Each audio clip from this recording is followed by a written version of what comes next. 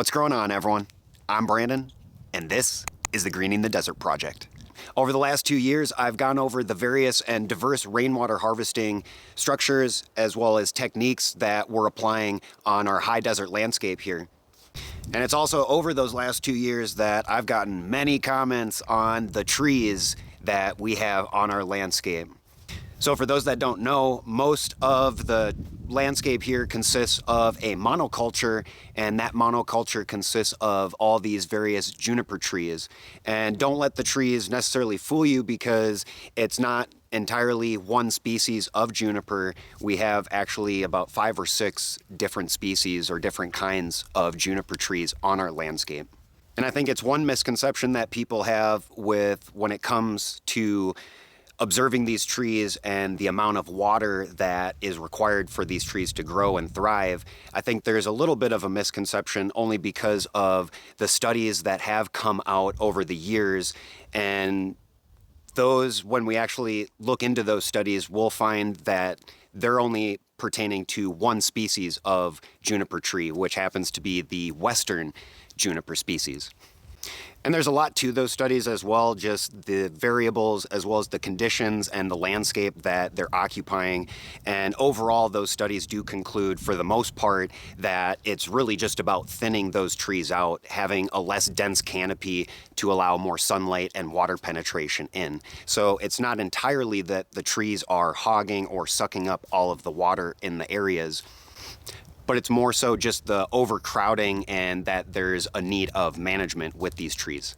So that's where we can come to our landscape. Even though we don't have the invasive type of juniper species, we actually can look on the University of Arizona's website, or just even their studies that they have for the state on these various species of junipers that we have. And it actually concludes and shows that the juniper species we have on our landscape and that are in the area are actually beneficial for the landscape. They actually do contribute a lot to the ecosystem altogether.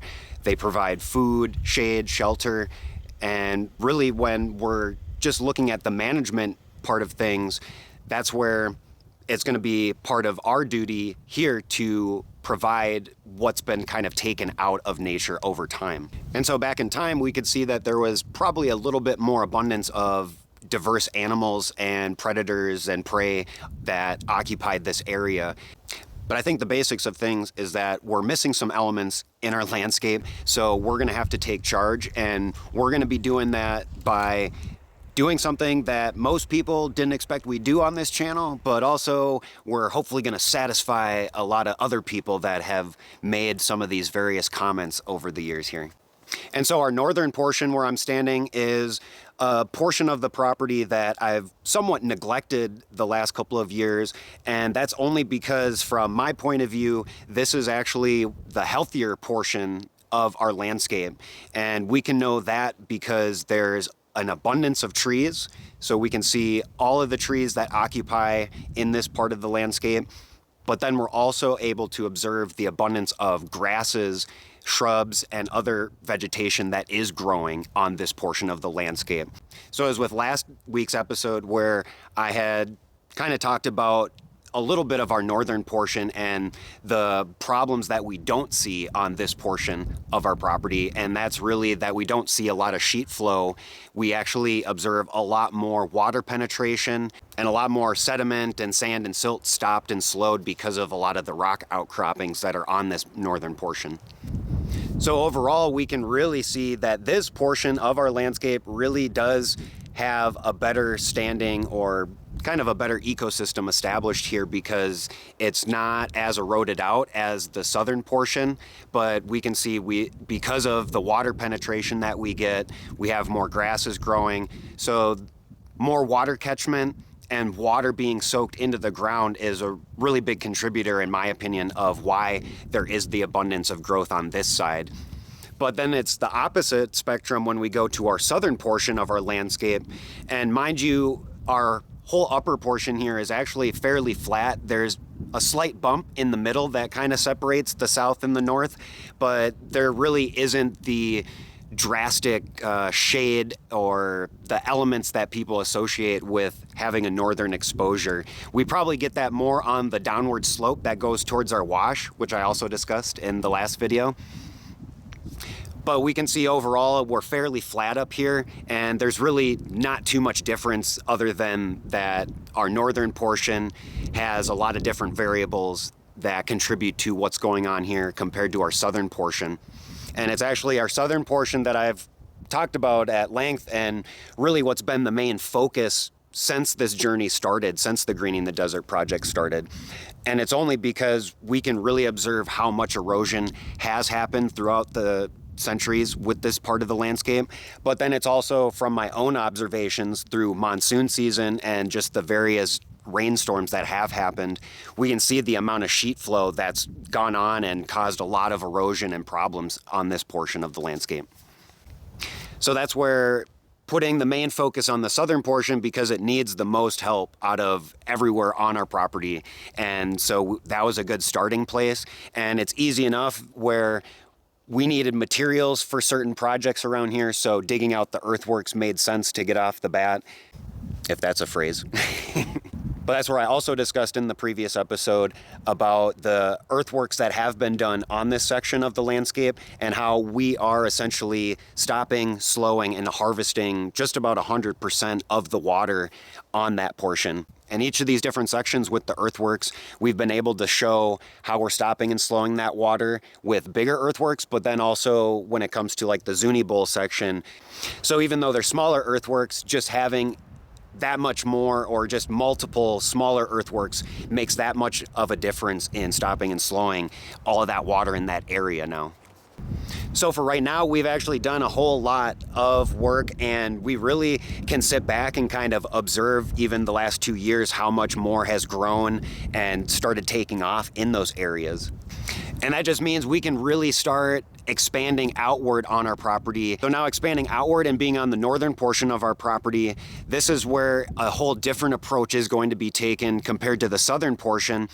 Just because we already have good water penetration, there are some earthworks we can do over on this side, maybe small check dams, small water holding basins and such, maybe lined basins for watering the livestock as we do the rotational grazing. But the approach over on this side is really going to be taking advantage of the abundance of trees and really starting to set in motion the plans I've had kind of on the back burner here, and it's only up until now. So we've had the goats through this area 3 seasons now. So we've got a good amount of organic material that's been deposited, as well as manure and all kinds of fertilizers. And we've been able to observe just the amount of grasses that have started regrowing and reseeding, but also new grasses that have been growing and also reseeding. So in building the soil fertility on this backside, we're already at the advantage that there's already somewhat good soil and good drainage, and now adding a little bit more to it is going to give things that much more of an advantage. And so in that way, now I can start actually planning out our orchard or our food forest in a syntropic silviculture style form. And so there's a whole video we can talk about and get in depth with that. So we'll leave it at that for now, but I really want to get into what we are exactly doing here. So most people know chop and drop, we're trimming and chopping down trees and vegetation to feed the soil and get organic material into the ground, but also mulching the ground. And in that way, in that sense, we are kind of doing something similar, even though we're doing more of a fence and we're putting more material towards building that fence. It's still going to have the same effect along the fence line, but also underneath the branches and such. We're going to create shade, we're going to create protection, we're going to create organic material and decomposition and all that stuff, more water penetration, more water soakage, a whole lot of things. And then also, because of the wind direction, we're also going to start capturing organic material from leaving the property further. So any of the hay or straw or grass, anything like that, we're going to continue to stop and keep that material on the property. So we're actually going to take that approach for right now, and then we're also going to add to it that we're going to start thinning out a lot of the smaller trees on our landscape. And so I've taken this kind of multitasking approach with it, because as I've slowly moved the goats through this north side, I've actually been along the way trimming and chopping down the little trees. So with trimming the trees, I did touch on this in an episode a few weeks ago. I've been stacking up those branches in a fence. So we started barricading our upper portion now, and then that way we're kind of keeping more of the javelina off of our area, but then we're also keeping the cows out of our area as well, because they don't like the junipers. So I've actually been doing this slowly the last couple of years, is trimming the trees and slowly stacking up the fence a little bit. And it's been a slower process, but now that I've got the better battery-powered chainsaw, things have gone a whole lot quicker. So I've gotten a lot more done. And that's the advantage too with what I'm doing. Even though I'm building up for a fence, we're also planning out the paddock areas for the goats for future rotation. But then it's also planning out these spots for how we're going to develop our food forest here in the future. And not only the benefit with trimming up the trees, we're kind of getting a really good aesthetic appeal to things now. I think, now we make things look a little bit more like trees instead of giant bushes. So just a little bit of maintenance goes a long way, not just with not just with feeding the soil and the landscape, but also just the aesthetic appeal of the landscape and how much better, it's kind of like giving the landscape a haircut here. But it's also a benefit because in trimming these trees, we're also going to help reduce the water consumption of these trees in general too. So it's with the smaller trees and these smaller sapling junipers that are probably taking up a lot more water overall, especially just when there's an abundance of them. So we don't want to continue the monoculture here. We actually want to promote more diversity. So we're going to take out a lot of the smaller trees. We're going to be kind of done with promoting that growth, and we're going to promote the further growth of the bigger trees, but also reduce their energy needs altogether too by trimming them up. And in that way, that should actually help with further growth below ground, because now we're allowing more light to penetrate down below underneath the trees.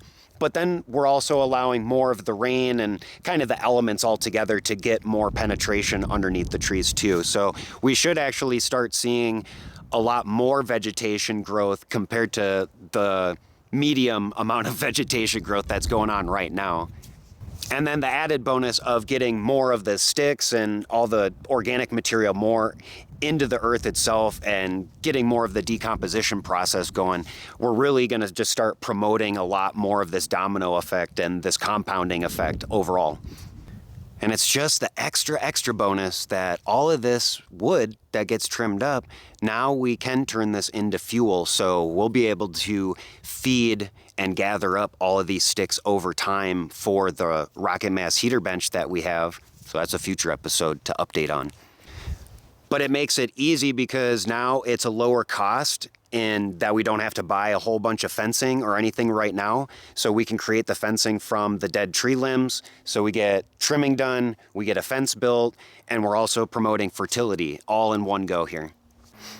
And that's just what makes this area prime and kind of supreme in getting started with promoting more of the diversity of vegetation and trees on our landscape, only because we've already got a healthy start.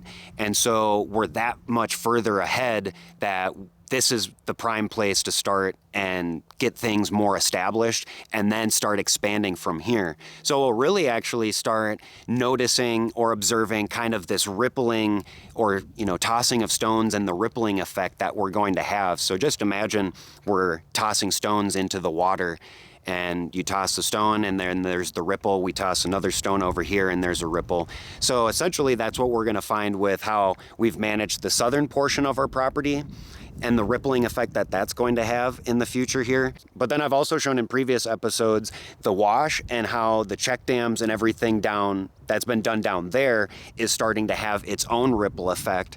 And now that we can come to the northern portion of our property and start doing the chop and drop, but also start replacing trees with deciduous and more productive trees, now we're going to start tossing that other stone to start creating another ripple effect.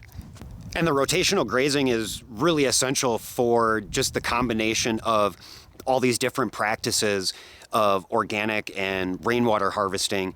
This is where the hay and the mulch kind of comes in, because with the rotational grazing, even though we don't have the most vegetation, I think, like I've said in previous videos, we'll find that over time we're going to have this compounding effect with the vegetation that starts growing and pretty much filling in the landscape, so that our dependency on outside hay resources and feed is going to be diminished over time.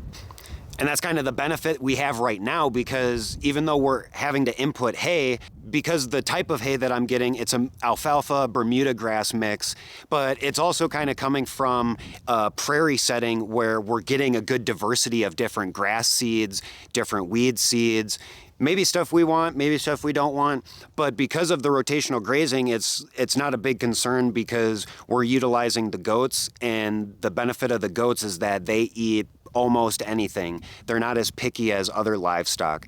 And on top of, they actually only bring things down to the stub or kind of ground level. They're really less prone to pulling roots and root systems out of the ground compared to other livestock. So with that, we're going to help stimulate more grass growth. We're going to have this reaction with the grass. And from what I've seen, honestly, I've seen a lot more grass up here go to seed compared to when we first got here. So that's kind of the nice thing, is that we've triggered a reaction out of the current established vegetation. And now that we're moving the goats and we're getting a lot more coverage on these bare spots, now we're holding more water in these spots, which is starting to promote more and new grass growth, essentially. And it is historically that, looking back on just this area in general, this area has always been a pinyon pine, juniper, woodlands, kind of prairie, scattered prairie setting. So there's always been a forest here, especially analyzing the geology, like I've discussed before. That's really important to know, not only for the fracturing and water penetration and hydrology, but it actually also gives indication of what the landscape has kind of been able to grow and what's been able to thrive essentially in this area throughout the ages. So looking at our geology, we can actually see that it does promote more tree growth, but also we have these spaces and these gaps in between the trees that are promoting more prairie and just flatland areas, so just more grassland and everything like that. So really we have a nice hybrid mix, and so we can kind of work with nature in that way, and just not cutting all the trees down, but we want to promote the balance of both. And with the balanced approach, we're not just doing everything all at once. We're taking our time, just the same as nature has taken its time to develop to the state that it's in now. We're going to be just doing that in reverse, so taking our time, but slowly progressing and improving the landscape. And speaking of what used to be, that was actually what I was talking about at the very end of last weekend's episode when we were down at the wash. So I'm actually down here right now, and that was something I needed to actually show everybody a little bit, because there was something with this wash that I actually thought. The pickaxe flies, the sweat it pours, the sun beats on my back, the Kalachi breaks, the desert roars, but we're staying on the track. This low-cost dream is coming alive. Yeah, we're working with our hands, building a home that will survive on these high desert lands.